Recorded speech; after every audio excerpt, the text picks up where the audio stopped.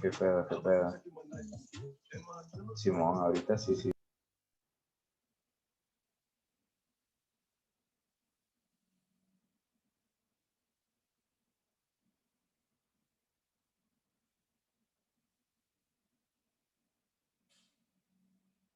Puta, qué bueno.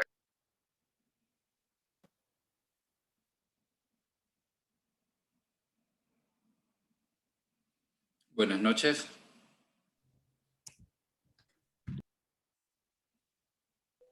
Buenas, Lick. Buenas tardes, Lick.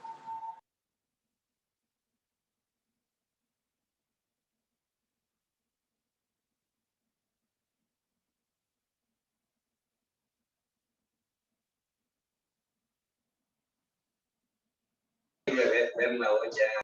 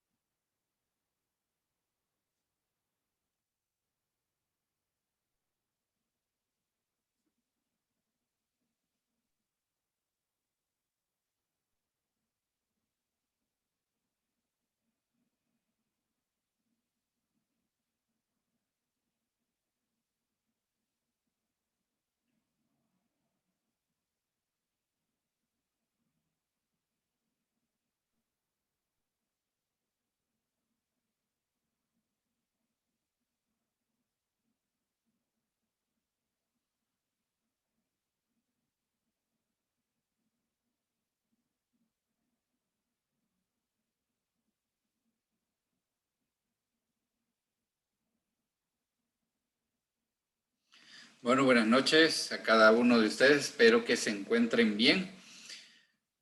Tenemos ya la programación del examen parcial, que es para este grupo corresponde el día 19 de abril de 5 a 6:40 p.m. La temática del examen parcial va a ser la misma, igual que el primero, en el mismo formato, en el mismo sentido.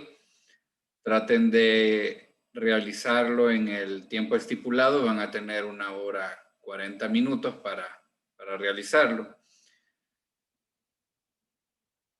Y el viernes de la próxima semana va a ser la última clase antes del parcial, que será, digamos, hasta ese día el tema de evaluación.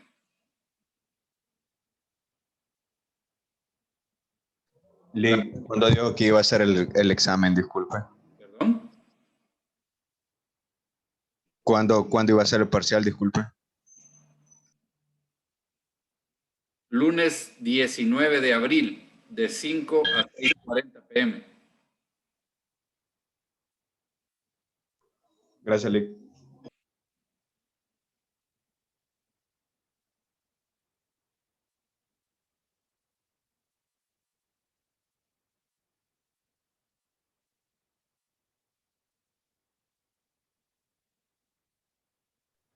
Así que traten de realizarlo en la fecha y el tiempo estipulado.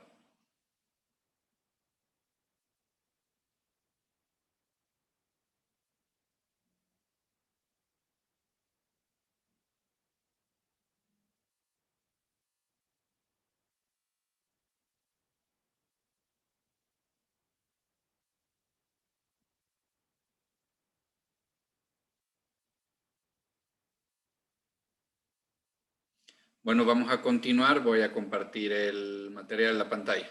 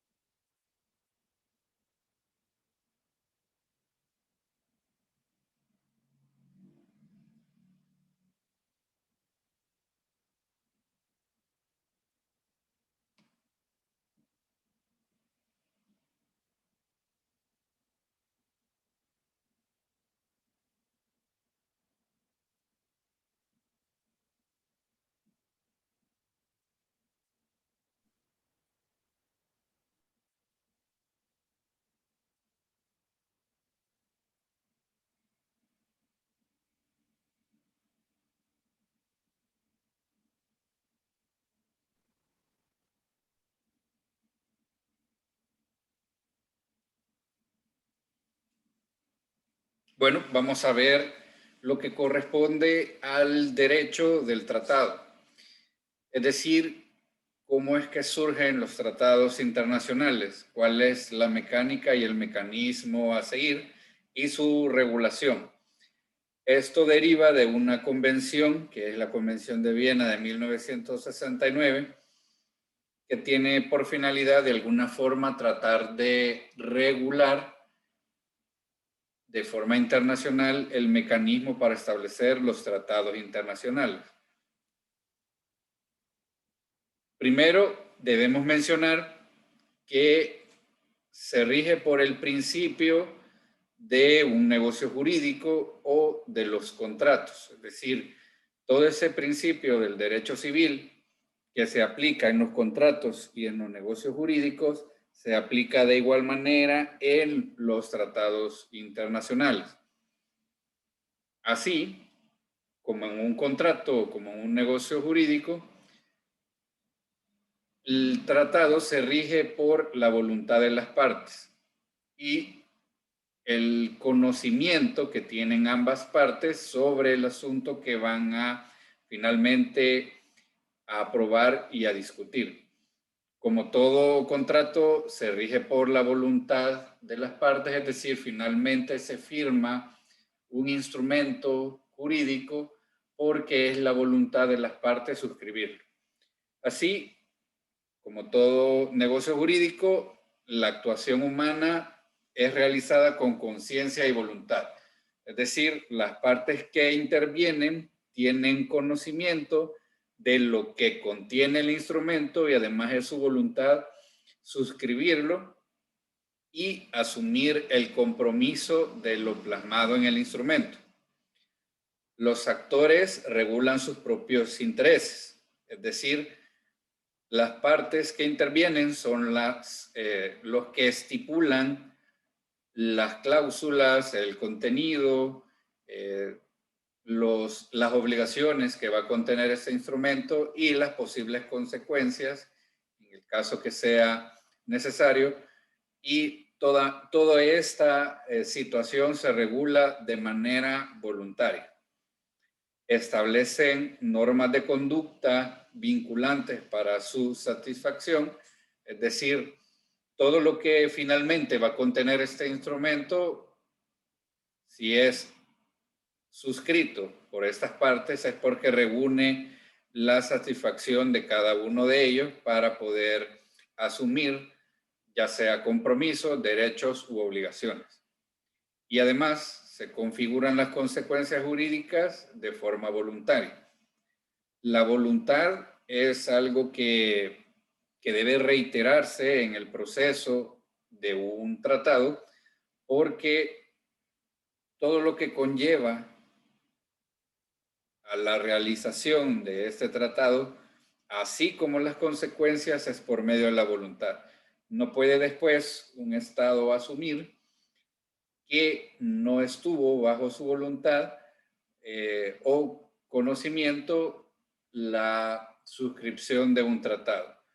Existen excepciones que los veremos en el transcurso de esta presentación, pero la esencia es que finalmente suscriben un instrumento internacional porque tienen la conciencia del contenido y además la voluntad. ¿Cuáles son los elementos esenciales de todo negocio jurídico, de todo contrato y finalmente de todo tratado? Primero, debe tener capacidad jurídica el actor, es decir, todos los que van a participar, van a suscribir y van a asumir este instrumento deben de tener capacidad jurídica para hacerlo. Así que finalmente la persona que va a firmar, que va a asumir ese compromiso, esas obligaciones, esos derechos, tiene que tener capacidad jurídica para hacerlo. Siguiente que hemos mencionado, consentimiento y voluntad. Voluntad de realizarlo y consentimiento, que es la plena libertad de decidir suscribir y realizar este instrumento internacional.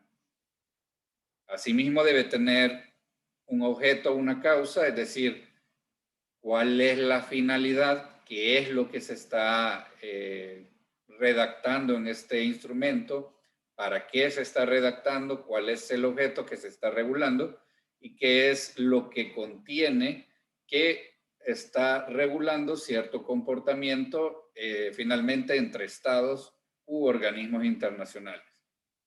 Tiene formalidades, es decir, para que surta efecto, este instrumento debe reunir las formalidades y requisitos específicos. Y el último que está mencionado acá es que no deben existir vicios. Los vicios son circunstancias que pueden o podrían alterar el resultado final de un instrumento y crear una nulidad, que esta nulidad puede ser relativa o absoluta dependiendo del vicio que pueda advertirse.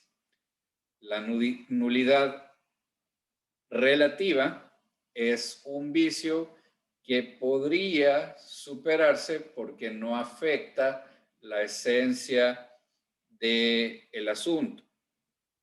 Y la nulidad absoluta es insuperable, es un vicio que no puede resolverse o que no puede subsanarse y por lo tanto, al considerarse que existe una nulidad absoluta, vuelve nulo el instrumento. Entonces, la finalidad es que este instrumento reúna los elementos esenciales para evitar que se formen estos vicios que podrían acarrear algún tipo de nulidad.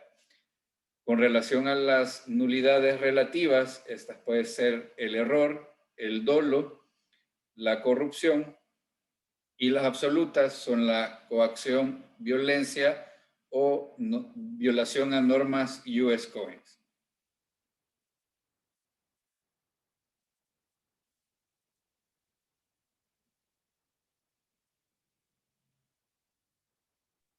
Licenciado, Dígame.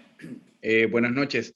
Dice que tengo una duda con respecto al tema de la nulidad. Eso también puede, digamos, nos podemos referir cuando se ocurre como un vacío legal en una ley o algo así. Sí, dentro de la nulidad, ya lo vamos a ver más adelante, hay a un vicio cuando hay una inobservancia, en este caso, un espectro especial sobre la ley o sobre un tratado específico que ya existía al momento de celebrar este tratado.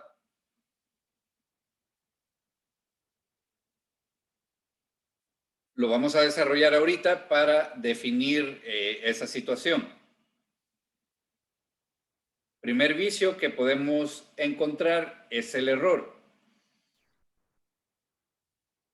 Con relación al error, debemos de aclarar que es un error sin ser provocado, un error involuntario que se produce por una falsa representación de la realidad.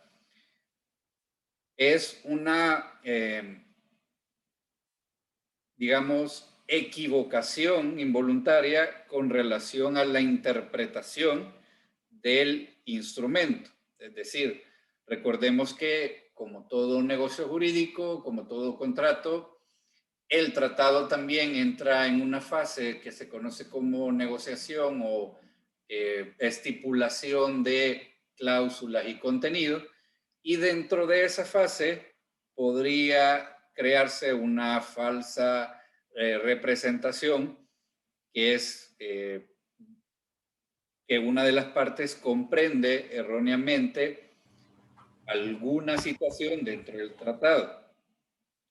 Esta falsa representación conduce a realizar el negocio, pero que tal vez, si teniendo la información correcta, lo hubiese realizado de forma distinta o modificando alguna situación. Entonces, el error es una situación involuntaria, es una situación espontánea que puede ocurrir en la celebración o en el momento de estipular el contenido de un tratado. Recordemos que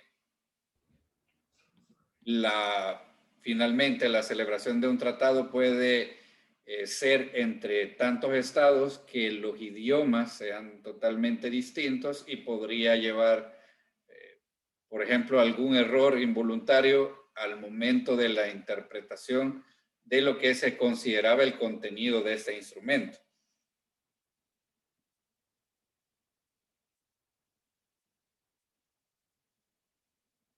Error como vicio del consentimiento. Número 1, se refiere a un hecho o una situación cuya existencia diera por cierta el estado impugnante en el momento de la celebración del tratado. Número 2, el error haya constituido una base esencial del consentimiento. Se refiere que este error involuntario, esta falsa representación espontánea, es decir, no fue provocada ni fue una situación maliciosa, probablemente afecta el consentimiento, en el sentido que tal vez el Estado o el representante del Estado, al haber tenido la información adecuada, probablemente no se hubiese prestado el consentimiento de celebrar este instrumento. Y acá está la situación que preguntó el compañero, que es un error de derecho, que es el desconocimiento de una ley o un tratado internacional previo con relación al caso en concreto. Es decir, se desconocía que había una ley o un tratado internacional previo que regulaba aspectos de forma parcial o total del tratado que se está celebrando en ese momento. Ese es un error de derecho. Entonces, tenemos dos tipos de errores que podrían causar un vicio relativo, que es el error de consentimiento y el error de derecho.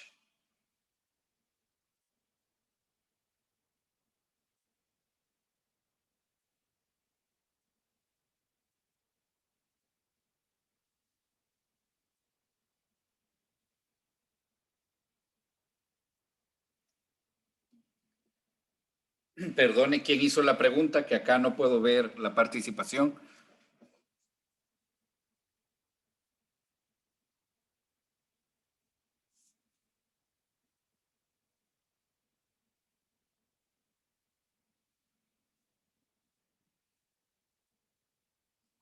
Creo que la hizo Pablo, Lick. Se desconectó Pablo.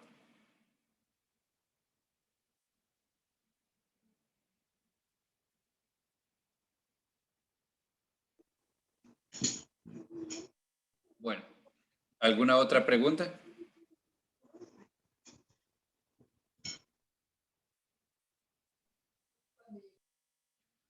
Continuando, tenemos el siguiente elemento, que en este caso sí es una situación maliciosa, que podría considerarse una situación maliciosa. En este caso, el dolo o fraude, que es utilizar algún medio para, de alguna forma, inducir a una de las partes a realizar el instrumento que no hubiere realizado porque ha sido engañado. Es decir, en este caso sí se le está haciendo de forma fraudulenta creer en una situación con el propósito de que preste su voluntad para celebrar el instrumento. Y además confirma la voluntad, el estado, digamos, afectado, y de manera fraudulenta se realiza este instrumento. Hay un tratado que podría considerarse en esta situación, es el Tratado entre Paraguay y Brasil 1973, llamado Itaipú, que es un tratado que tenía por finalidad establecer condiciones y pactar reglas con relación a la distribución de energía eléctrica entre estos estados, pero hasta la fecha el estado de Paraguay considera que hubo algún mecanismo tal vez no correcto, donde tal vez no se brindó la información adecuada y hasta la fecha se encuentra inconforme con relación a este instrumento.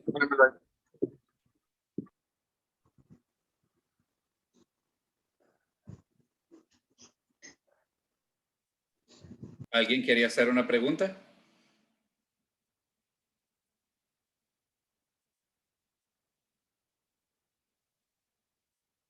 Por favor, ¿podría alguien en alguna computadora o dispositivo en este momento buscar información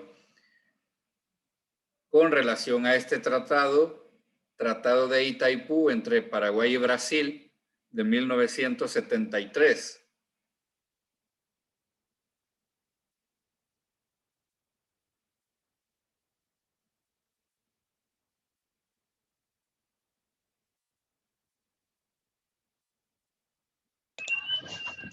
Buenas tardes, Lick. Buenas tardes. Sí, aquí acabo de buscar y me parece que fue un acuerdo bilateral entre Brasil y Paraguay firmado el 26 de abril de 1973 y fue un instrumento legal para el aprovechamiento hidroeléctrico del río de Paraná por los dos países y dio origen a la conocida represa de Itaipú. ¿Correcto? ¿Puede encontrar algo con relación a la afectación de Paraguay?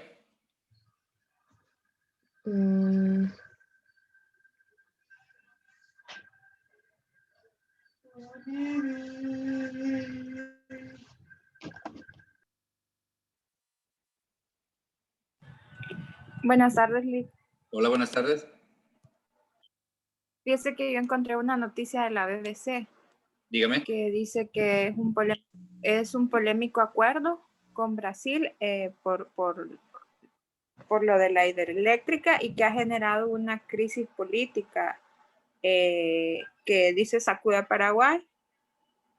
Dice de que estipuló nuevos términos para la contratación anual de la potencia enérgica compartida por Paraguay y Brasil. Dicen que fue criticado porque se tildó como secreto y dijo que se trataba de una cesión de la soberanía de Paraguay y que podría derivar en el aumento de los precios de la energía eléctrica del país. ¿Qué más?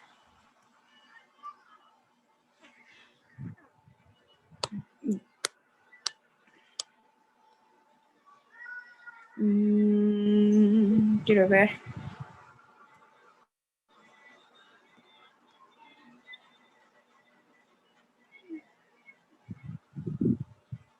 Porque dicen que es un sobreacuerdo por la negociación que hay detrás de todo esto, según entiendo.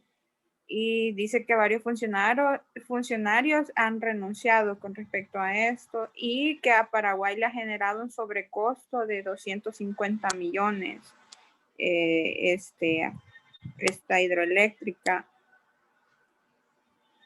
No sé si porque habrá como algún desvío de fondos.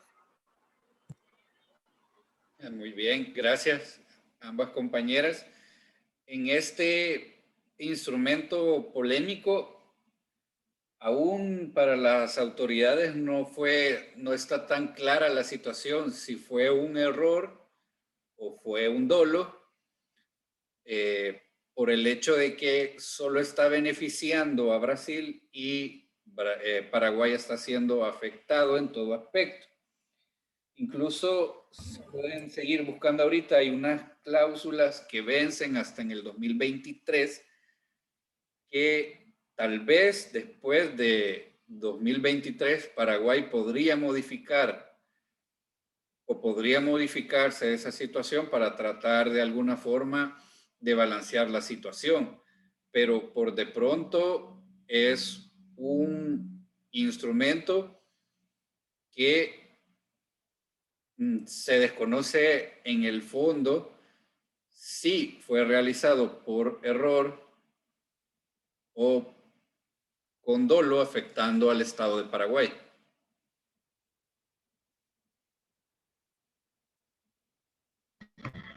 Buenas tardes, Lick. Yo encontré algo sobre eso. A ver. Dice que el Tratado de Itaipú se constituye en la base jurídica de la represa y prevé la renegociación de uno de sus anexos a los 50 años. Es decir, que en el año 2023 se debería proceder a su revisión. Ello permite pensar que los desequilibrios que se dieron en favor del lado brasileño podrían ser revisados para restablecer una relación más equitativa para Paraguay que permitiese al país utilizar plenamente los beneficios de Itaipú para su desarrollo económico. Supuestamente dice que está en el inciso C. Muy bien, ahí tenemos la situación que prácticamente fueron 50 años que establecieron esa cláusula. Entonces, hasta en el 2023 podrían revisar la situación. Entiendo que por de pronto no podrían modificar el asunto.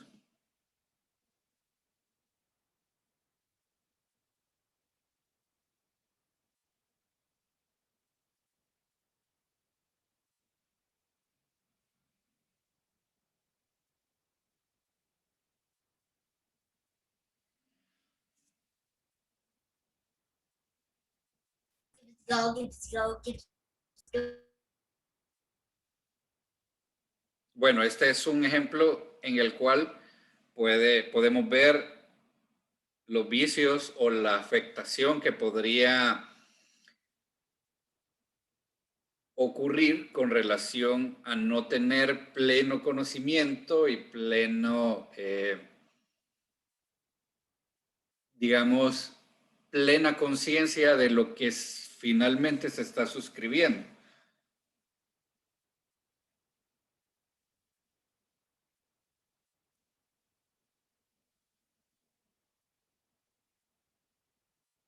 Luego tenemos la coacción o intimidación, que es prácticamente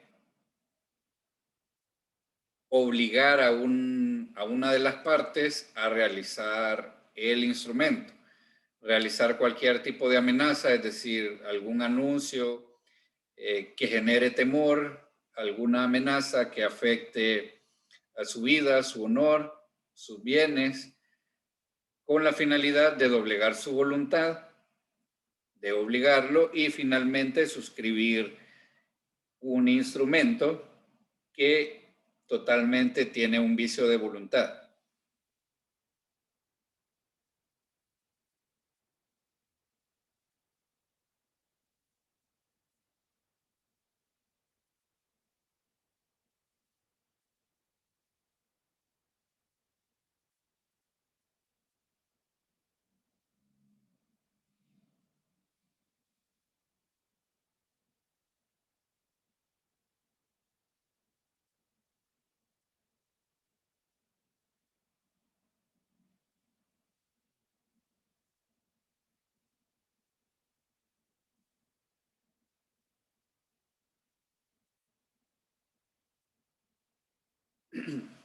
Continuando, dentro de los instrumentos internacionales pueden haber ciertos elementos llamados elementos accidentales, que son elementos llamados así porque podrían estar o no podrían estar y se encuentran en el instrumento dependiendo de su finalidad y dependiendo de su contenido.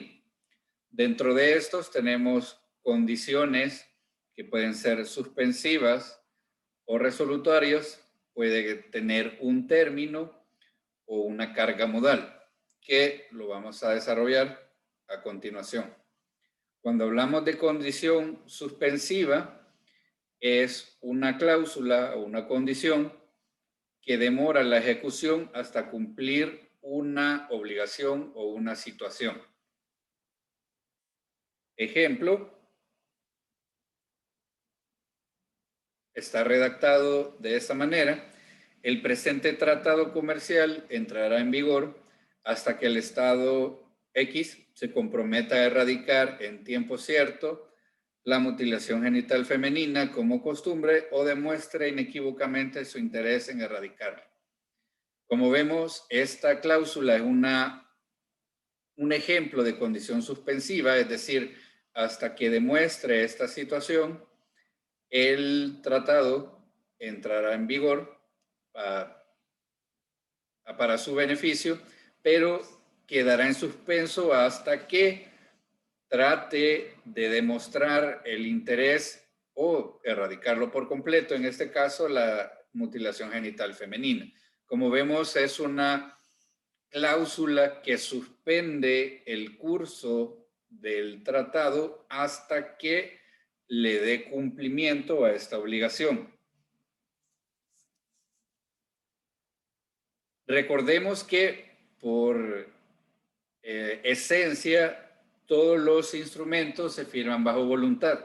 Entonces, si está suscribiendo el Estado X este tratado que contiene esta cláusula, está asumiendo por completo el compromiso de cumplir esta obligación y tiene pleno conocimiento que quedará en suspenso el curso de la vigencia del tratado hasta que demuestre el cumplimiento de esta obligación.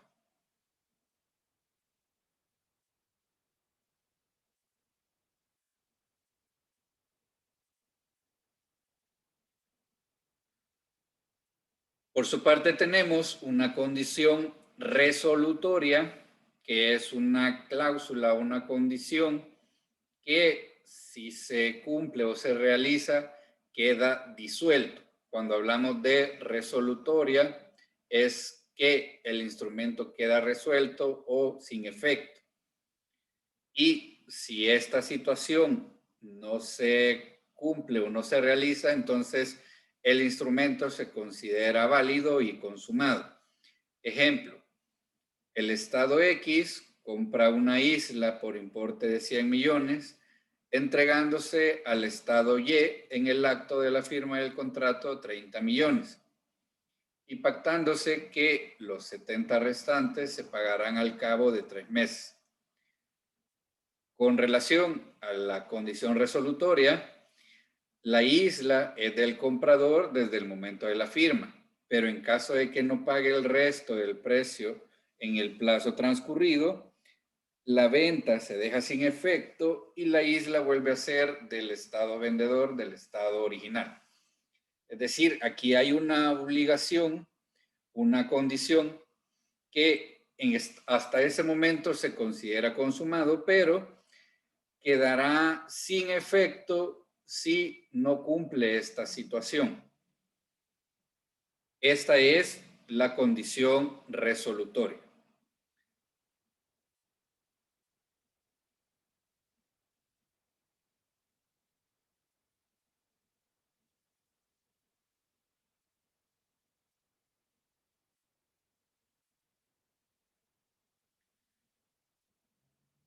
Siguiente elemento accidental es un término. Cuando hablamos de término es un plazo o un espacio de tiempo que podría aplicarse en los tratados, que no necesariamente todos lo tienen, pero dependiendo del contenido puede aplicarse un término. Y este plazo puede ser un plazo cierto o un plazo indeterminado. Como el ejemplo que vimos, el tratado entre Paraguay y Brasil, habían estipulado un término de 50 años para efecto de verificación y revisión, y en ese caso es un ejemplo concreto de un término en plazo cierto. Entonces, es dependiendo del instrumento y lo que regule, así contiene un elemento accidental de plazo o término.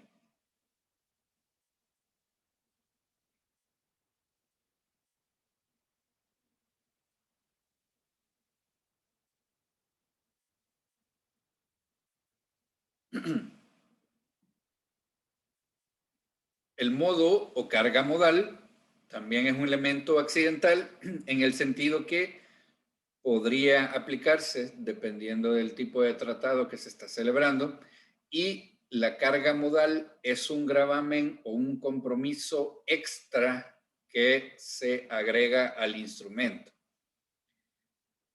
Consiste en una obligación accesoria, es decir, es algo extra que no es la situación principal que se está regulando, pero se está agregando al instrumento. Y se impone al beneficiario de una determinada liberalidad por el disponente de este, que inicialmente no afecta ni suspende la atribución patrimonial realizada con carácter gratuito. Por ejemplo, un caso concreto, un estado que cede gratuitamente una isla o un territorio a otro estado, pero la carga modal, la obligación accesoria es que debe de responder por cada uno de los habitantes de ese territorio que cede. Entonces, en este caso es un gravamen o un compromiso que el otro estado está asumiendo y es algo accesorio dentro del instrumento.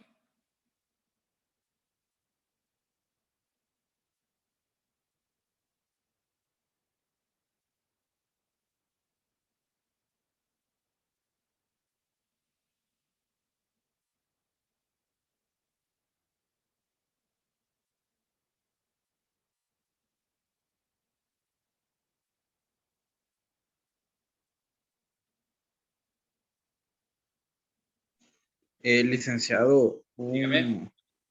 una gravamen que más o menos dijo eso. Es como como algo que se le exige, digamos, a un país que se hace cargo. En este caso, como usted lo dice, cuando hablamos de gravamen es porque tiene una obligación de cargo en ese entonces. En ese momento está asumiendo algo que debe de realizar por el, digamos, compromiso que se está asumiendo en el tratado. Entonces, está adquiriendo un cargo con relación, un cargo extra con relación al instrumento.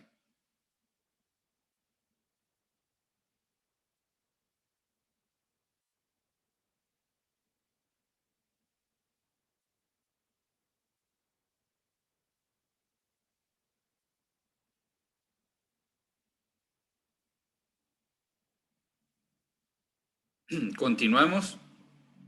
¿Alguna otra pregunta?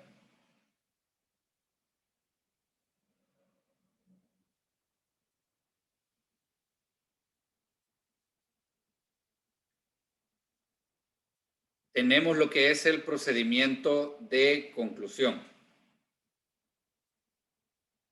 Como habíamos mencionado, dentro del proceso de elaboración del instrumento debe de haber una fase de negociación donde los estados u organismos internacionales, en este caso, disponen de celebrar un instrumento con ciertos elementos, con ciertas estipulaciones. Dentro de esto es que se realizan las operaciones técnico-diplomáticas, las comunicaciones oficiales, para poder finalmente acordar qué es lo que va a contener el instrumento. Deben de existir posibilidades efectivas de entendimiento. Esto es justo para evitar errores o falsas representaciones involuntarias y estar con pleno conocimiento de lo que va a contener el instrumento. Porque recordemos que puede ser celebrado por una gran cantidad de estados y que el idioma podría ser una situación compleja. Imaginemos un tratado entre varios estados de la Unión Europea donde prácticamente cada estado es un idioma distinto. Entonces, debe de existir el entendimiento efectivo para que cada estado comprenda y tenga pleno conocimiento y conciencia sobre el fondo y contenido del instrumento que finalmente se va a celebrar. Se elabora un proyecto que va a contener lo negociado, lo estipulado, y es en ese momento donde se realiza, digamos, esa comunicación y entendimiento para efecto de verificar el contenido. Y además, dentro del procedimiento se verifica la capacidad jurídica de los que finalmente van a suscribir el instrumento. ¿Quién es el que va a firmar o suscribir este instrumento? Tiene que tener la capacidad jurídica para realizarlo, porque finalmente está asumiendo compromisos, asumiendo obligaciones y derechos, entonces prácticamente se está comprometiendo en nombre de todo un Estado. Entonces debe tener la capacidad jurídica para hacerlo. ¿Y quiénes pueden hacerlo? En primer lugar, el jefe del Estado o jefe de gobierno, o como se llame según el Estado, es decir, el jefe del Estado es el primero que tiene la capacidad jurídica para realizarlo. En nuestro caso concreto, El Salvador, el jefe de Estado está representado por el presidente de la República, que es el primero con capacidad jurídica para suscribir cualquier tipo de tratado. Y el ministro de Relaciones Exteriores, o llamado canciller, que es el segundo con capacidad jurídica para poder suscribir y realizar un instrumento de carácter internacional. Si no es uno de estos dos, entonces el que va a realizar la suscripción debe tener un instrumento de plenos poderes, es decir, debe tener lo que se conoce como una autorización específica o un poder llamado plenos poderes de carácter internacional que es específico para el instrumento que va a celebrar. Esta persona finalmente es la designada por medio de este instrumento especial para poder suscribir el tratado y reunir el requisito de capacidad jurídica.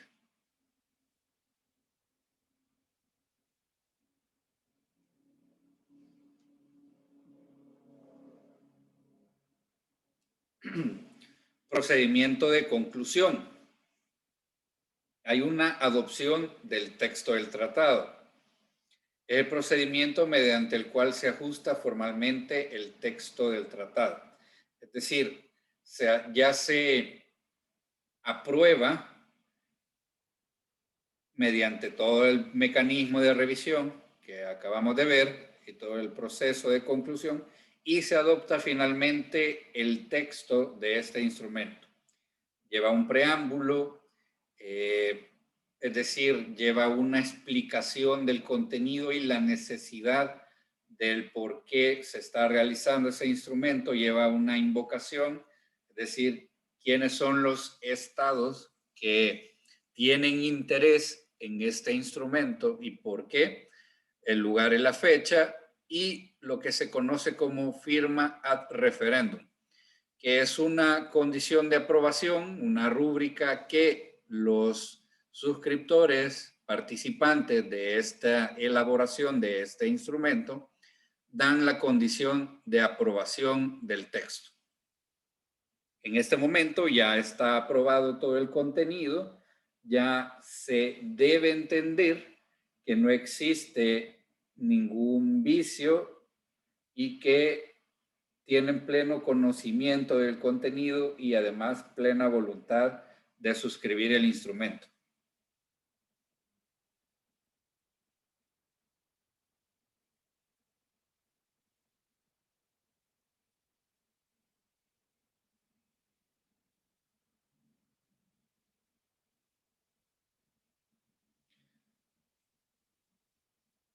Luego tenemos la autenticación del texto, que es el procedimiento con el cual se establece definitivamente el contenido del tratado.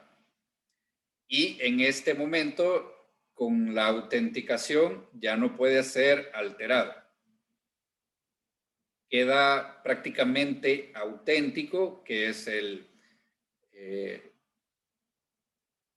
concepto jurídico que se le aplica al instrumento, es decir, ya es auténtico.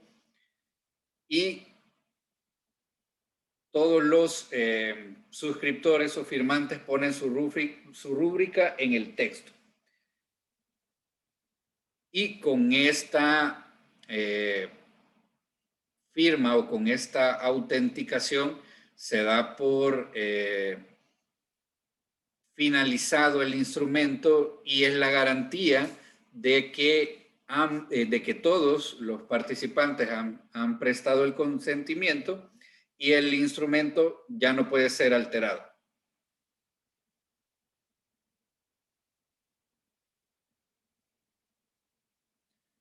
En cada fase les he puesto los artículos de la convención que desarrolla este paso específico para que lo puedan verificar incluso con relación en la convención y puedan verificarlo.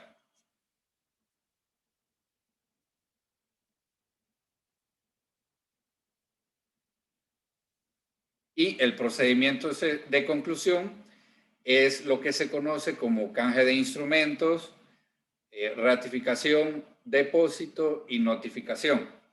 Canje de instrumentos significa que cada uno de los firmantes de los estados se queda con uno de los ejemplares, dando plena garantía de que todos lo han suscrito y han dado su firma y que todos los ejemplares son auténticos y genuinos.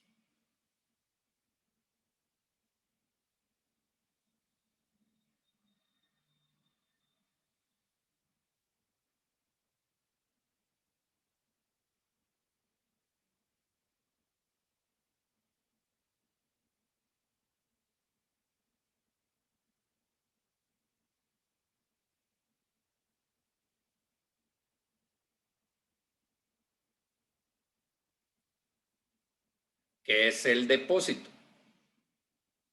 Es la designación que las partes han establecido para poder, como su nombre lo dice, depositar este tratado. Es prácticamente el lugar donde va a quedar custodiado el instrumento y prácticamente es como el archivo de este instrumento. Cuando un tratado se adopta con relación a las Naciones Unidas o en una conferencia convocada por la ONU, el depositario, el responsable de este archivo es el secretario general de la ONU. Si el tratado no se ha adoptado con relación a la ONU, es costumbre de que se deje depositado en el estado donde se ha celebrado la convención o el tratado. Y finalmente pueden designar entre los estados firmantes quién va a ser el depositario, que en este caso es un ejemplar extra del instrumento, porque cada uno debe tener uno, y es prácticamente únicamente para efecto de control y archivo de este instrumento. Esto es lo que se conoce como depósito.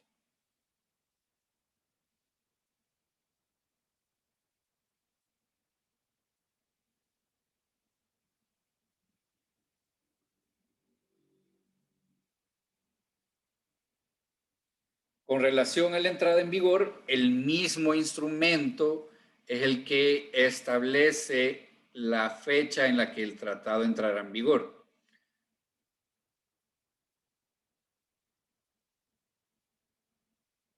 Y si no tiene una especificación, debe presumirse que el tratado va a entrar en vigor tan pronto como los estados negociadores hayan consentido en obligarse por el tratado. Es decir, una vez finalizado la conclusión y el depósito, si no tiene una fecha o una condición específica de la entrada en vigor, debe entenderse que este entrará en vigor inmediatamente y que los estados van a procurar a darle cumplimiento de forma inmediata.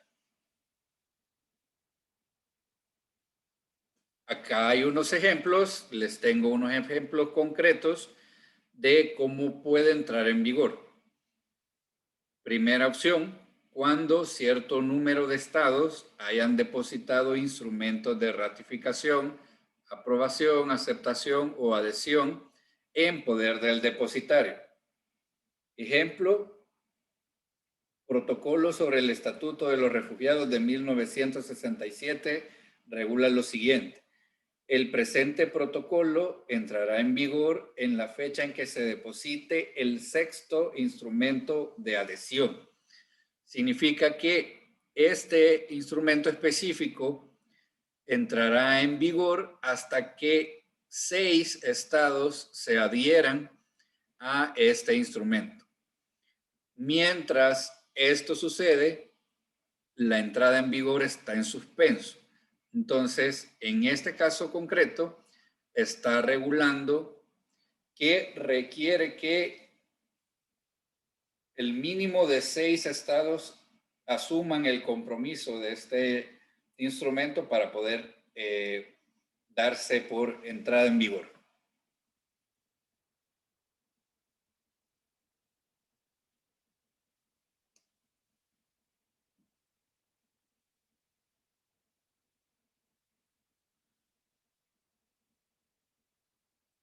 Letra B o siguiente posibilidad, cuando cierto porcentaje, proporción o categoría de estados depositen instrumentos de ratificación, de aprobación, de aceptación o de adhesión en poder del depositario.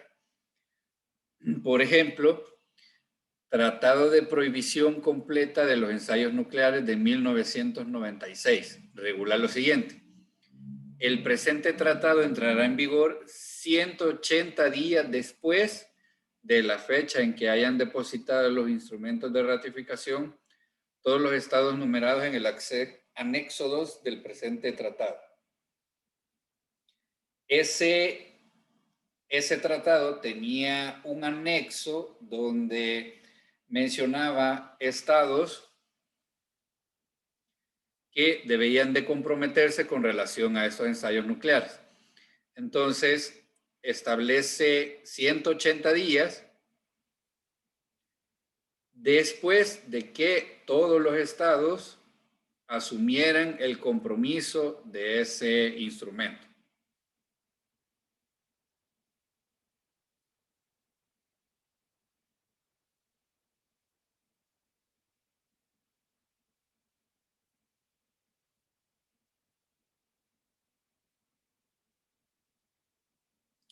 Siguiente posibilidad. Tiempo especificado después de que cierto número de estados hayan depositado instrumentos de ratificación, aceptación, aprobación o adhesión en poder del depositario. Por ejemplo, Estatuto de Roma de la Corte Penal Internacional de 1998. Establece lo siguiente. El presente estatuto entrará en vigor el primer día del mes siguiente al 60º día a partir de la fecha en que se deposite en poder del Secretario General de la ONU el 60º instrumento de ratificación, aceptación, aprobación o adhesión. Acá la cláusula es un poco compleja, pero se refiere a que necesitaba, para entrar en vigor, 60 estados que asumieran el compromiso, y después de 60 días que este número de estados asumieran este compromiso, iba a entrar en vigor el primer día del mes siguiente.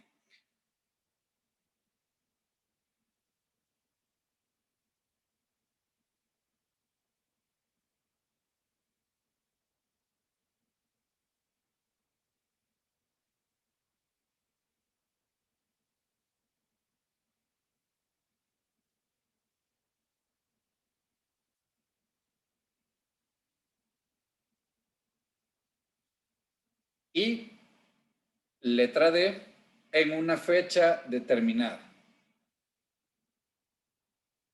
Por ejemplo, Convenio Internacional del Café de 2001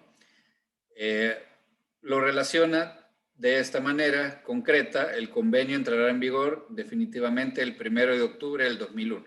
Vemos una fecha determinada en la que debe entrar en vigor por los estados suscriptores.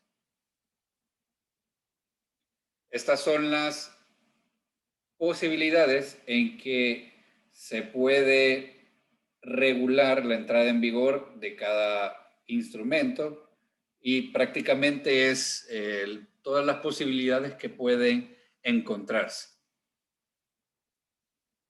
Ahora, ¿qué es la ratificación de un tratado? La ratificación es que el Estado suscriptor realiza mecanismos internos para incorporar este instrumento en su legislación y darle pleno cumplimiento.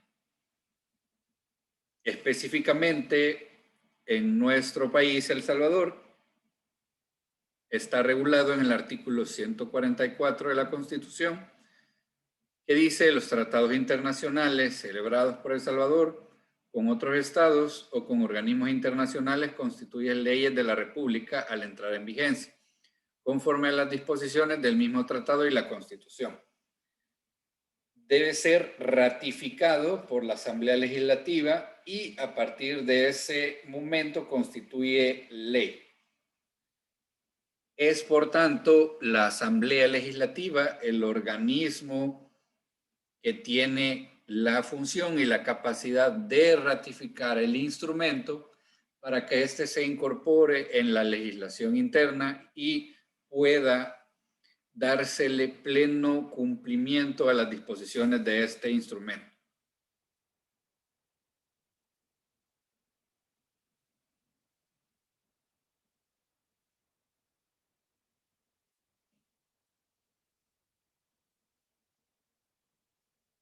Y con relación al contenido de los instrumentos internacionales, existe lo que se conoce como control constitucional.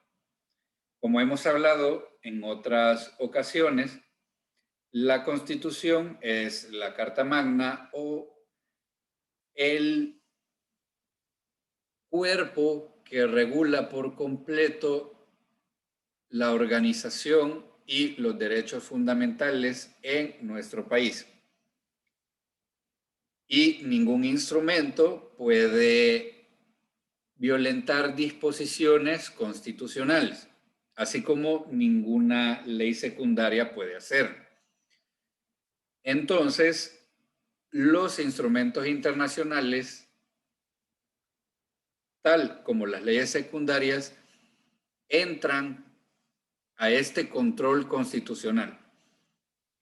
Ninguna ley secundaria, lo dice el artículo, podrá modificar o derogar lo acordado en un tratado vigente, y en caso de existir conflicto entre el tratado y la ley, prevalecerá el tratado, y en caso de existir conflicto entre el tratado y la Constitución, prevalecerá la Constitución. Es decir, ningún instrumento internacional puede entrar en conflicto con la Constitución. Y de existir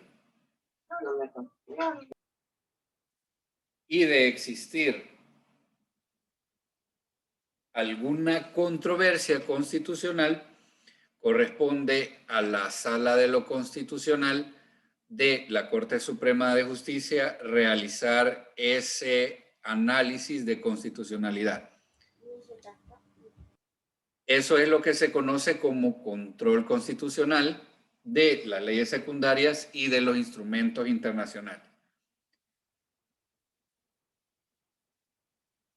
Y además existe lo que se conoce como control difuso, que es la facultad de declarar la inaplicabilidad de las disposiciones de un tratado contrarias a los preceptos constitucionales, y esto lo ejercen los tribunales que ejercen justicia en nuestro país, en la República de El Salvador.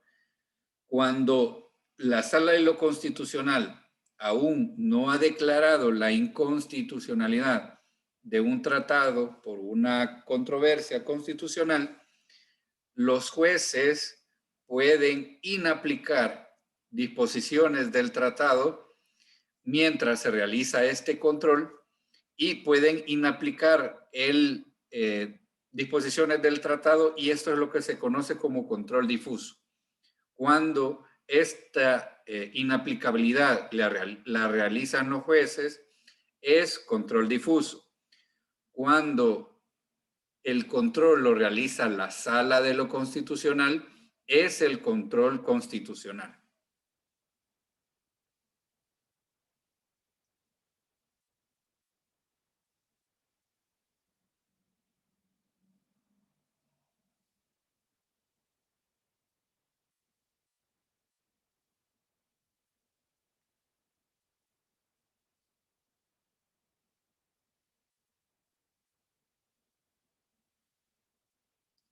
Y acá tenemos la facultad que tiene la Sala de lo Constitucional con relación a los tratados internacionales.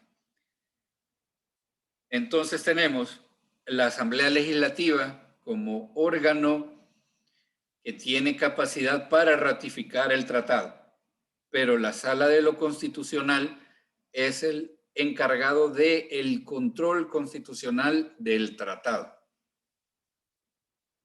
Y este control que realiza la Sala de lo Constitucional se conoce como control concentrado.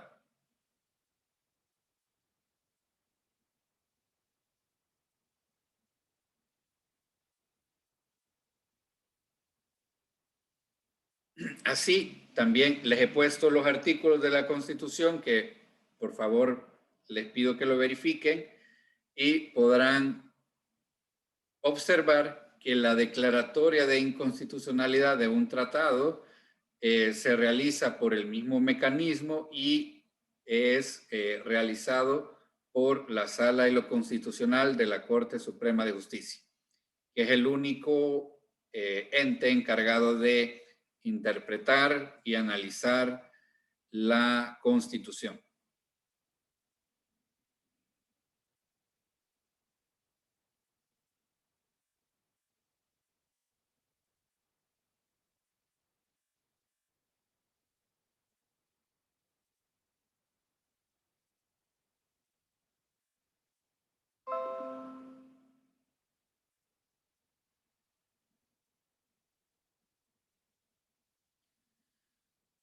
¿Preguntas o comentarios?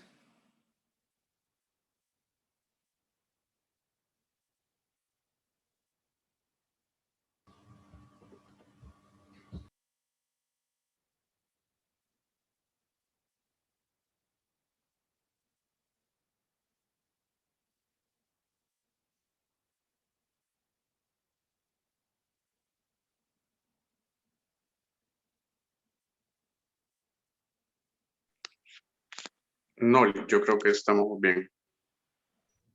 Todo bien, Lee.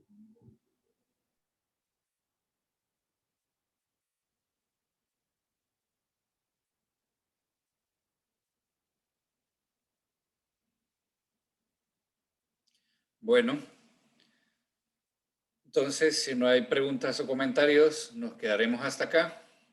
Vamos a continuar, primero Dios, el día lunes. Y sigan por favor con las medidas de protección. Ok, Lick, buenas noches. Buenas noches, feliz fin de Gracias, semana. licenciado. Feliz noche. Gracias, licenciado. Feliz Responde los noche. mensajes. Gracias, Lick.